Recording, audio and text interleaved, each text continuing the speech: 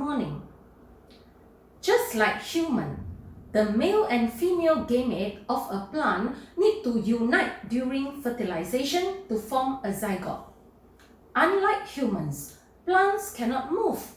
So, how the pollen grains transfer from anther to stigma of a flower? This required the help of agents. To understand this, let's look at today's topic, pollination. In this unit, you are going to learn about what is pollination, how do the characteristics of the flowers determine the types of the pollinating agents, what are the types of pollination, what are the similarities and differences between self-pollination and cross-pollination, what are the advantages of cross-pollination, and what are the uses of cross-pollination in agriculture. What is pollination? Pollination is the process of transferring matured pollen grains from the anther to the stigma. How do pollen grains from a plant get transferred from the anther to the stigma of the flower? Since plants cannot move, this process normally required the help of pollinating agents.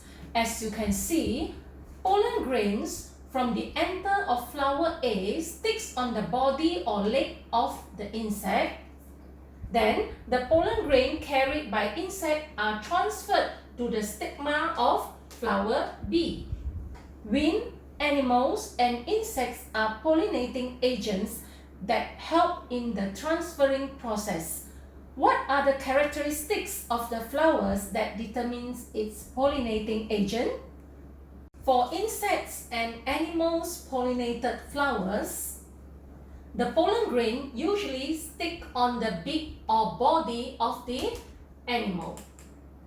When an insect lands on a flower to suck its nectar, pollen grains will stick to its furry feet and body. The characteristics of animal pollinated and insect pollinated flowers are they have big and colorful petals, have nectar and smell nice, produce rough and sticky pollen grains. Example of animal pollinated flowers and insect pollinated flowers are durian, rambutan, papaya, hibiscus, sunflower, and rose. For wind-pollinated flowers, light pollen grains are blown by the wind and reaches the stigma of another flower. Unlike insects or animals pollinated plants, wind-pollinated plants are not scented and no nectar and have white or pale petals because there's no need to attract insects or animals. Wind-pollinated plants produce a lot of pollen grains to increase the chances of pollination.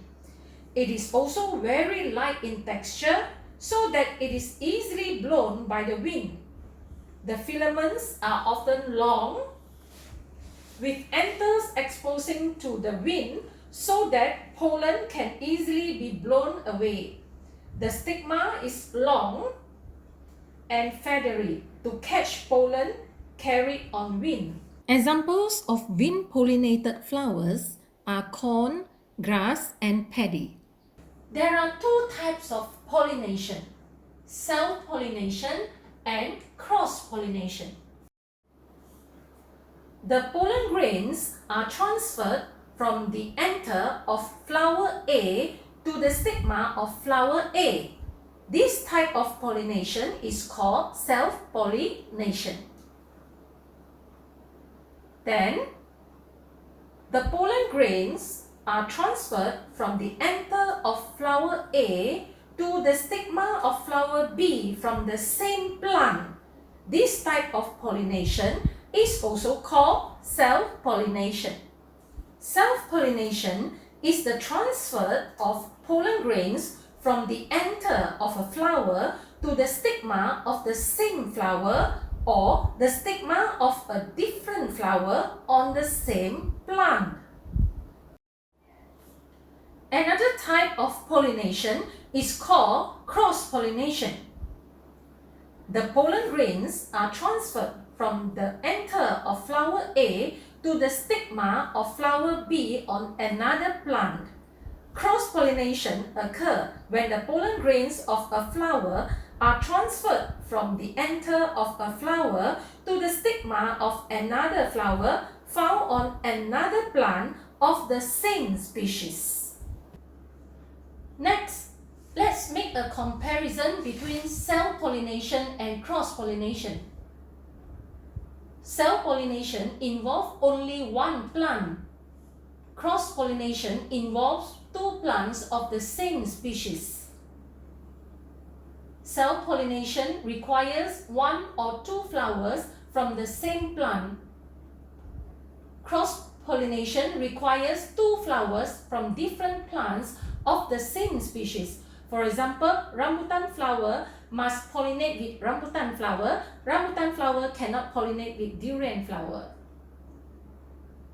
If it involves one flower, both the anther and stigma must mature at the same time. If it involves two flowers, the anther and stigma can mature at different times for self-pollination. Whereas for cross-pollination, the anther and stigma can mature at different times. For self-pollination, less variety in new plants, whereas for cross-pollination, more variety in new plants. Next, let's look at the advantages of cross-pollination. Cross-pollination combines genetic materials from two parent plants of the same species. Cross-pollination has many advantages. The plants are healthier, which can adapt better to changes in the environment, and new varieties of plants are found, and then good quality seeds and new plants that are more resistant to pests and diseases are found. From the previous lesson, we have learned that cross-pollination can be used to increase the quality of a plant. By crossing two species of oil palm, Piscifera and Dura, a new hybrid Tenera is produced. Tenera has thinner shell, more fruits and flesh to produce more oil. Cross-pollination has produced many new varieties of plants in agriculture. Papaya, Subang 6 and Sunrise Solo, the hybrid plant is Exotica, which is sweeter and more flesh. Corn, sweet corns from Taiwan and Mexico, the hybrid plant is Mas Madu, which is sweeter and bigger fruits and higher resistance towards diseases and drought. Malinja, a new strain of paddy, is a cross between Siam 29 and Perbifan. Malinja has more harvest and ripe faster. Next, let's do some revision on what we have learned. What is the pollinating agent of flower A and B? Give reasons for your answer. So the pollinating agent of flower A is insects or animals, whereas the pollinating agent for flower B is wind. This is because flower A, the petals are large and brightly colored, the anther is small, the stigma is sticky, and pollen grains are large and few in number and produce nectar. Whereas for flower B, the petals are small and pale in color, and the anther is large and hang outside the flower. The stigma is also large, feathery, and hang outside the flower. The pollen grains are small and they produce plenty of pollen grains, and they do not produce nectar. Okay, next look at this question. Name the pollination X and Y. So, X is self-pollination and Y is cross-pollination because it happens on different plants. Okay, then state two advantages of pollination Y. So what are the advantages of cross-pollination? They produce better quality seeds and they have higher resistance towards disease. Next, state one disadvantage of pollination Y. Although cross-pollination have many advantages, but it also has a disadvantage.